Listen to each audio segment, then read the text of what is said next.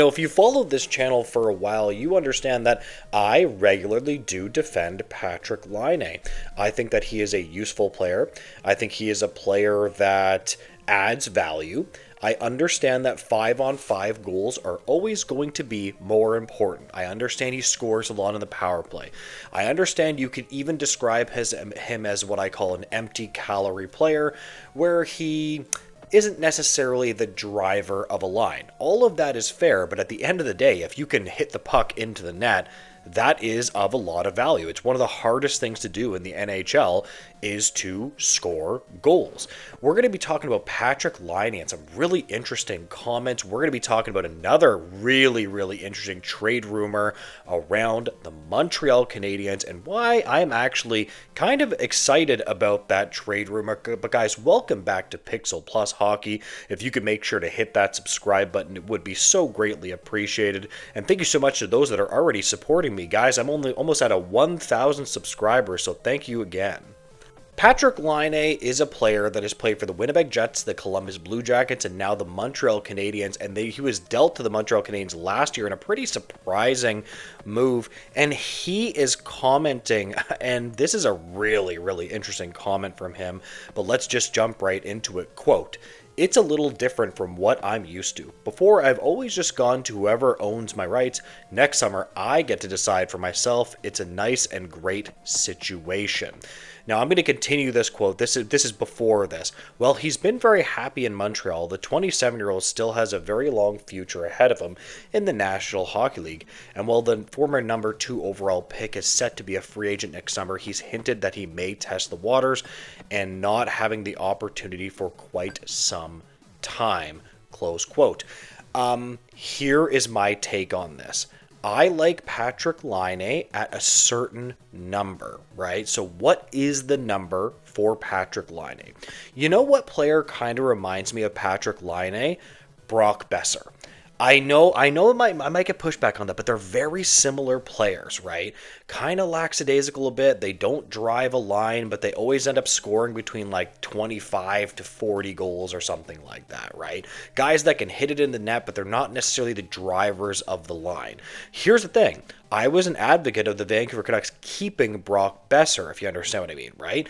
So it all depends on how much he gets paid. From this quote to me, it sounds like he is trying to drive up a bidding market for himself. Like, I'm going to get to decide, and that makes me step a couple of steps back, if you understand what I mean. I don't know if I'd be willing to pay him what he thinks he's worth. Like, think about it this way. Right now, he is getting paid $8.7 million. I don't even know if I'd give him much more than that. Right? I think right around what Brock Besser got is right about where he is. Like, I would be willing to sign him to something similar to that. But if he's willing to say, hey, I'm willing to go here, I'm willing to go here, that will drive up the price for him, and that just scares me. This is going to be the question of the video. What do you think he's going to get? And if you want to keep Laine, what is the number that you are willing to walk away at? Is it 7.5, 8.5, 9.5? For me, it's about 8.5. It's where he is now on a 3 or 4 year deal. I wouldn't go beyond that. And credit where credit is due. The Montreal Canadiens have generally been able to sign pretty good contracts. You look at Nick Suzuki. You look at these guys and think to yourself, they usually are able to get players to sign long-term, Nick Suzuki is just an unbelievable contract, but at least convince players to take more reasonable deals, and it seems like players like to stay in Montreal, which is a huge positive on their side. Now, shifting gears away from this, I did say that creativity when it comes to the Montreal Canadiens center position is everything, okay? It's everything that you want. You need to get creative, and you need to find a creative way to solve that position. I know we're nearing training camp. I know it's almost September, and then the season's going to start in October.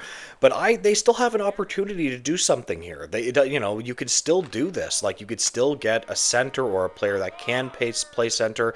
And we have some really, really interesting quotes from Tony Marinaro's podcast.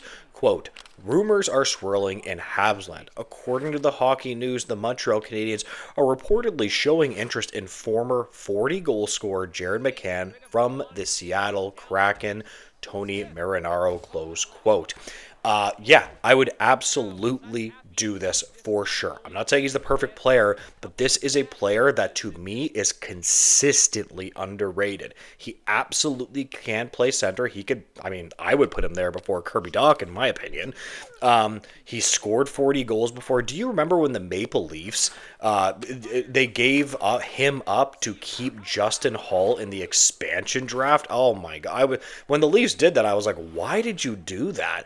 But yes, this is a player he's one of the more underrated goal scorers in the NHL, in my opinion.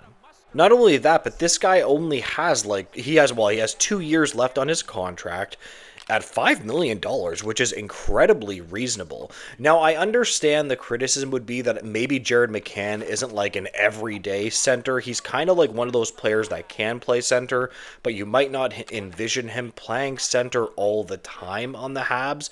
But again, like I said, you're going to have to get creative. You might not be able to get like Mason McTavish or something like that.